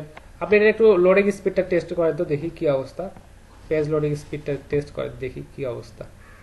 যেহেতু এখানে কতগুলো কন্টেন্ট আছে আপনার মনে আছে, বা কতগুলো আর্টিকেল আছে বলতে পারবেন? আচ্ছা, ঠিক আছে। হ্যাঁ, পেজ লোডিং যে স্পিডটা,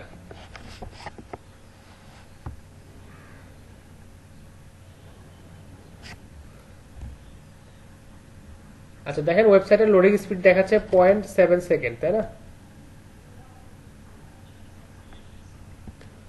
আচ্ছা, তাহলে টোটাল স্পিডটা কত আসছে একটু দেখেন, টোটাল স্পিডটা কত বলছে?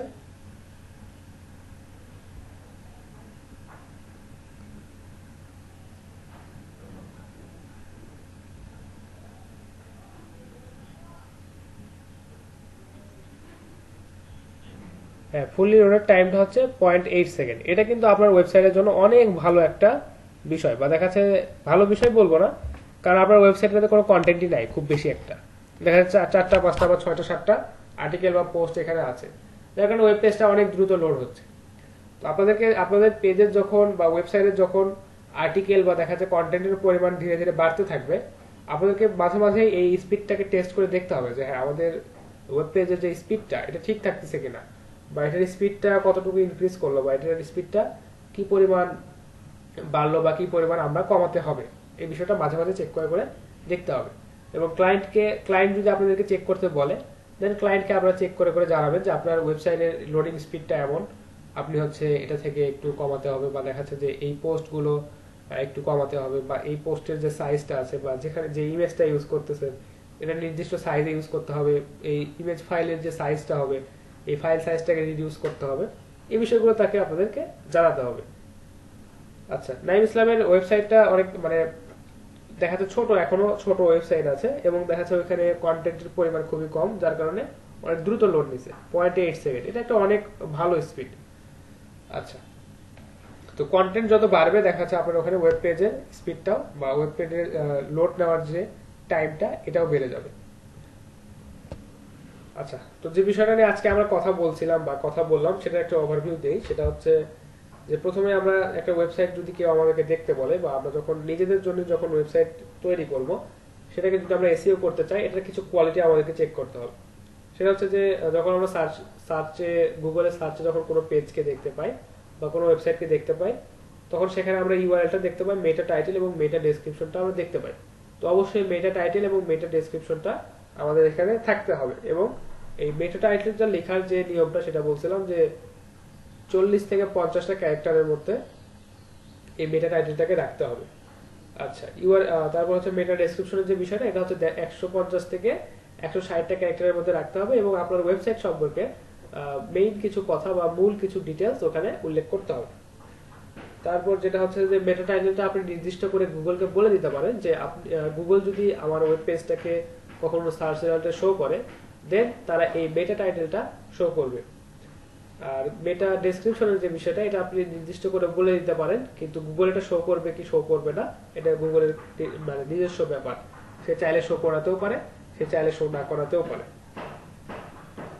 আচ্ছা, আরেকটা বিষয় সেটা হচ্ছে যে কিওয়ার্ড ডেনসিটির কথা একটা বলছিলাম, যে আপনারা যখনই কোনো ব্লগ রাইটিং করবেন বা দেখাচ্ছে যখন কোনো ব্লগ আপনারা তৈরি করবেন, তখন অবশ্যই ব্লগের ক্ষেত্রে আপনাদের খেয়াল রাখতে হবে যেন এখানে কিওয়ার্ডের ডেনসিটিটা একদম পারফেক্ট থাকে, অর্থাৎ 0.5% থেকে 1% পর্যন্ত। অর্থাৎ 1000টাতে 1000 ক্যারেক্টারের যদি কোনো একটা আর্টিকেল লেখেন, সেখানে আপনার কিওয়ার্ডটা থাকবে 5 থেকে 7 বার বা 5 থেকে 10 বার। এটা হচ্ছে একটা মানে এটা খুবই একটা ভালো প্র্যাকটিস। আপনি যদি এর থেকে বেশি লেখেন সেটা আসলে কোনো ক্ষতি করবে তা না, কিন্তু এটা আসলে গুড প্র্যাকটিস না। বা আপনি হয়তো কন্টেন্ট রাইটারকে বারবার ফোর্স করতেছেন যে আপনি আমার এই আর্টিকেলটাতে কিওয়ার্ডগুলোকে বারবার ইউজ করেন। তো দেখা যাচ্ছে এতে আপনার আর্টিকেলের মানটা নষ্ট হবে, আর্টিকেলটা গুণগত মান সম্পন্ন হবে না, এবং দেখা যাচ্ছে যে রাইটারকে ফোর্স করে লিখলে লেখাটাও খুবই ভালো হবে না। তো যার কারণে কিওয়ার্ডটা ইউজ করার ক্ষেত্রে অবশ্যই আর্টিকেলের ক্ষেত্রে সতর্কতার সাথে ইউজ করতে হবে, অর্থাৎ 0.5% থেকে 1% পর্যন্ত আপনারা কিওয়ার্ড ডেনসিটি রাখতে পারেন। আচ্ছা, এরপরে যে বিষয়টা বলছিলাম যে আপনারা এসইও বেটা এর ওয়ান ক্লিক এই এক্সটেনশনটা ইউজ করতে পারেন। গুগল ক্রোমের একটা এক্সটেনশন, খুবই ভালো একটা এক্সটেনশন। এখান থেকে আপনারা হেডিং ট্যাগ থেকে শুরু করে টাইটেল, মেটা ডেসক্রিপশন বা দেখা যাচ্ছে মেটা টাইটেল বা অন্যান্য আদার্স যে ডিটেলস আছে এই বিষয়গুলো আপনারা সুন্দরভাবে দেখতে পারেন। আচ্ছা, তারপর যে বিষয়টা বলছিলাম, আপনাদের পেজের যে লোডিং স্পিড আছে, এই লোডিং স্পিডটা আপনাদেরকে মেপে দেখতে হবে বা দেখাচ্ছে যে এখানে লোড হতে কত সময় লাগছে এটা আপনাদেরকে দেখতে হবে। যদি লোড হতে সময় বেশি লাগে তাহলে অবশ্যই লোডিং স্পিডটা আপনাদেরকে বাড়াতে হবে এবং লোডিং যে টাইমটা আছে এটাকে কমাতে হবে। আর কমাবেন কিভাবে? অবশ্যই নির্দিষ্ট সাইজের ইমেজ ব্যবহার করবেন। আপনাদের আর্টিকেলগুলোর সাইজ যদি অনেক বড় হয় সেটাকে রিডিউস করার চেষ্টা করা যেতে পারে। এইভাবে আসলে আমরা হচ্ছে আমাদের আর্টিকেলগুলোকে অপটিমাইজ করব। আচ্ছা, আরেকটা বিষয়, সতর্কতার বিষয়, যেটা যদি মেটা টাইটেল যদি আমরা অনেক বড় করে লিখি, মেটা টাইটেল বলতে যে এই যে আমাদের যে এই যে টাইটেলটা এটা যদি আমরা অনেক বড় করে লিখি, তাহলে দেখা যাচ্ছে যে আমাদের মেইন যে টপিকটা বা আমাদের যে মূল কিছু কথা হয়তো এখান থেকে বাদ পড়ে যেতে পারে। যেমন ধরেন এখানে লেখা আছে রকমারি.com buy book online, best online book shop in কোথায়। এটা কিন্তু দেখাচ্ছে যে এখানে একটা তথ্যটা যদি থাকতো যে ইন বাংলাদেশ, তাহলে এটা দেখতেও ভালো লাগতো। যেমন এইটার ক্ষেত্রে হয়েছে এরকম 6 best online book shop in Bangladesh, home delivery. ব্যাস এটা। আচ্ছা, স্ক্রিন শেয়ার দিয়ে নাই, এটা দেখাচ্ছিলাম যে এখানে মেটা ডেটা বা দেখাচ্ছে যে এই যে মেটা টাইটেল যেটা, এটা হচ্ছে আমাদেরকে ঠিকভাবে সিলেক্ট করতে হবে। যদি আমাদের মেটা টাইটেলটা 50টা ক্যারেক্টার বা দেখাচ্ছে তার বেশি হয়ে যায়, দেন আমাদেরকে এখানে এই যে ডট ডট দেখাবে। এবং এখানে যে বিষয়টা বললাম যে রকমারি.com buy book online, best online book shop in কোথায়, এই তথ্যটা এখানে কিন্তু নাই। যদি এখানে লেখা থাকতো best online book shop in Bangladesh, তাহলে এটা দেখতে অনেক ভালো লাগতো। তো আমাদেরকে যে কাজটা করতে হবে, অবশ্যই 40 থেকে 50টা ক্যারেক্টার ইউজ করে এখানে এই মেটা টাইটেলটা তৈরি করতে হবে। মেটা টাইটেলটা আমরা অবশ্যই নির্দিষ্ট করে ফিক্স করে বলে দেবো যে এটা আমাদের ওয়েবসাইটের জন্য মেটা টাইটেল হবে, দেন গুগল ওইটাই শো করবে। আর মেটা ডেসক্রিপশনটা অবশ্যই এইভাবে লিখতে হবে যাতে আমাদের ওয়েবসাইটটা কি রিপ্রেজেন্ট করতেছে আমাদের ওয়েবসাইটে কি সম্পর্কিত এটা আমাদেরকে মেটা ডেসক্রিপশনে লিখে দিতে হবে। এটার সাইজ হবে 150 থেকে 160টা ক্যারেক্টার। আচ্ছা, এই বিষয়গুলো সম্পর্কে আর কোনো প্রশ্ন বা কোনো জানার কিছু থাকলে আমাকে অবশ্যই জিজ্ঞেস করেন, আমি সেগুলো সলভ করে দেওয়ার চেষ্টা করব। কারো কোনো প্রশ্ন আছে?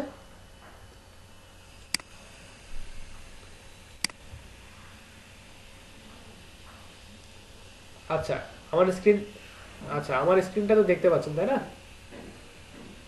আচ্ছা, একটা একদম লাইভ এক্সাম্পল দিই, সেটা হচ্ছে যে এই যে দেখেন আফসানা এখানে একটা মেসেজ লিখে রাখছে, তাই না? ধরেন এটা আপনার একটা আর্টিকেল, তো এই আর্টিকেলটাতে আপনাকে এখন কিওয়ার্ড ইউজ করতে হবে। আর্টিকেলটাতে এখন আপনি কিওয়ার্ড অবশ্যই ইউজ করবেন। তো ধরেন এখানে যে কিওয়ার্ডটা, সেটা ধরেন যে আমরা ইউজ করলাম যে, আচ্ছা না, ইউএসএটা ওটা একটা লোকেশন, ওটা কিওয়ার্ড ধরাটা ঠিক হবে না। ধরেন যে এই ফরম্যাট যে ওয়ার্ডটা আছে, এই ফরম্যাটটাকে আমরা কিওয়ার্ড ধরলাম, মানে সাপোজ আমরা ধরে নিলাম। তো এই কিওয়ার্ডটা যে আপনি ইউজ করবেন আপনার ওয়েবসাইটে, বা দেখা যাচ্ছে যে এই আর্টিকেলটাতে আপনি কিওয়ার্ড ইউজ করবেন, এখন আপনি হয়তো ভাবতেছেন যে এই ফরম্যাট কিওয়ার্ডটা যদি আমি সারা জায়গাতে বা বেশি বেশি যদি ইউজ করি সব জায়গাতে আমার আর্টিকেল জুড়ে, তাহলে হয়তো আমার আর্টিকেলটা বেশি ভিউ হবে বা সার্চের সামনে আসার একটা পসিবিলিটি আছে। কিন্তু এটা কখনোই না। আপনি যে কিওয়ার্ডটা বা মেইন যে কিওয়ার্ড বা সাপোর্টিভ কিওয়ার্ড বা দেখা যাচ্ছে যে আরো যে কিওয়ার্ডগুলো আপনারা ইউজ করবেন, সেগুলো আপনারা ইউজ করতে পারেন 0.5 থেকে 1%। অর্থাৎ 100টা ক্যারেক্টার যখন লিখবেন, অর্থাৎ ধরেন যে এইটুকু মিলে 100টা ক্যারেক্টার, এইটুকু 100টা ক্যারেক্টারের মধ্যে আপনি একবার আপনার কিওয়ার্ডটা ইউজ করতে পারেন। অথবা যদি 0.5% ইউজ করেন, সেক্ষেত্রে 200টা ক্যারেক্টারের মধ্যে আপনি একবার আপনার এই কিওয়ার্ডটাকে ইউজ করতে পারেন। এটাই হচ্ছে কিওয়ার্ডের ডেনসিটি। আচ্ছা, কিওয়ার্ডের ডেনসিটি যদি 0.5% হয়, অর্থাৎ সেটা হিসাব করলে বের হয় এরকম যে 1000টা ক্যারেক্টার যদি আপনি লেখেন বা 1000টা ওয়ার্ড যদি আপনি লেখেন, তার মধ্যে আপনি হচ্ছে 5 বার আপনার কিওয়ার্ডটা ইউজ করতে পারবেন। এটা হচ্ছে 0.5% এর হিসাব। তো স্ট্যান্ডার্ড যে হিসাবটা সেটা হচ্ছে 0.5 থেকে 1%। অর্থাৎ আপনি যদি 1000টা ওয়ার্ডের কোনো আর্টিকেল লেখেন, তাহলে আপনি ওখানে 5 থেকে 10 বার এর মধ্যে আপনার কিওয়ার্ডটাকে ইউজ করবেন। এটা হচ্ছে আপনার জন্য একটা বেস্ট প্র্যাকটিস। আর এটাকেই বলে যে কিওয়ার্ডের ডেনসিটি, কিওয়ার্ড ডেনসিটি কত পার্সেন্ট। আর কিওয়ার্ড ডেনসিটিটা আপনার 0.5 থেকে 1% রাখা, এটা হচ্ছে সবচেয়ে মানে বেস্ট প্র্যাকটিস। বুঝতে পারছেন নাইম ইসলাম? ঠিক আছে। আগের যে প্রবলেমটা হয়েছে যে স্টেটটা ঠিকভাবে হয়তো সিলেক্ট হয় নাই, যার কারণে এই প্রবলেমটা হয়েছে। আচ্ছা, আমি একটু দেখাই। আপনারা যখন map.google.com এ যাবেন, যাওয়ার পরে যে কাজটা হয় যে এখানে যখন আপনি সার্চ দিবেন, যে ধরেন যে একটা স্টেটে আমরা যাই, ইউএস এর একটা স্টেটে যাই, ধরেন যে নিউ জার্সি ইউএসএ। এটাতে যখন আমরা সার্চ দিলাম, দেন আমাদেরকে দেখে যে এই যে নিউ জার্সি যে এরিয়াটা আছে, এটা কিন্তু আমাদেরকে মার্ক করে দেখাচ্ছে যে এটা হচ্ছে নিউ জার্সির এরিয়াটা, এই যে এরিয়া। এখন আমরা এই মার্ক করা অপশনটাকে বা এই এরিয়াটাকে আমরা সিলেক্ট করে নিছি অলরেডি। আচ্ছা, এরপর যখন আমরা নিয়ার বাই যাব, তখন এখানে কোনোভাবেই এটা পসিবল না যে গুগল ম্যাপ এই এরিয়ার বাইরে গিয়ে কিছু সার্চ করবে। দেন এখান থেকে আপনি যদি হসপিটাল যদি সার্চ করেন, দেখবেন যে এখানে লোকেশনটাতে আমাদেরকে বেশ কিছু হসপিটাল এখানে আমাদেরকে শো করতেছে। এখানে কোভিড-19 অ্যালার্টটা দিছে, এই কারণে যে কোভিড-19 এখন সিচুয়েশনটা অনেক বাজে চলতেছে, তো এখানে আসলে এটা আমাদেরকে দিয়ে দিছে। আচ্ছা, এরপর হ্যাঁ,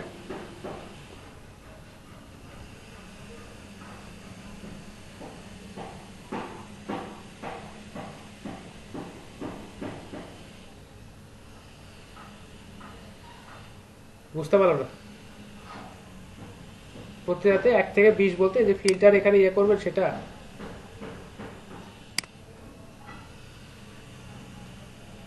ও, এখানে কয়টা করে রেজাল্ট দেখতে যাচ্ছে? ও, এটা তো জি জি, আচ্ছা আচ্ছা, এটা কোনো ব্যাপার না। এটা জাস্ট আপনি হচ্ছে এই পেজে কয়টা রেজাল্ট দেখতে চাচ্ছেন, এটাই, এটা কোনো বিষয় না। আচ্ছা। তো সব বিষয়টা বুঝতে পারলে যখন আপনি প্রথমেই এই স্টেটটা সিলেক্ট করে নেবেন, তারপর আসলে এই স্টেটের বাইরে গিয়ে কোনো লোকেশন থেকে আপনাকে রেজাল্ট আর গুগল ম্যাপ দেখাবে না।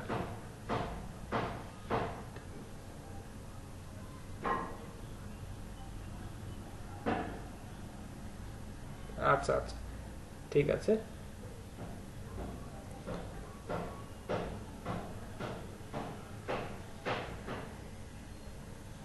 আচ্ছা ঠিক আছে।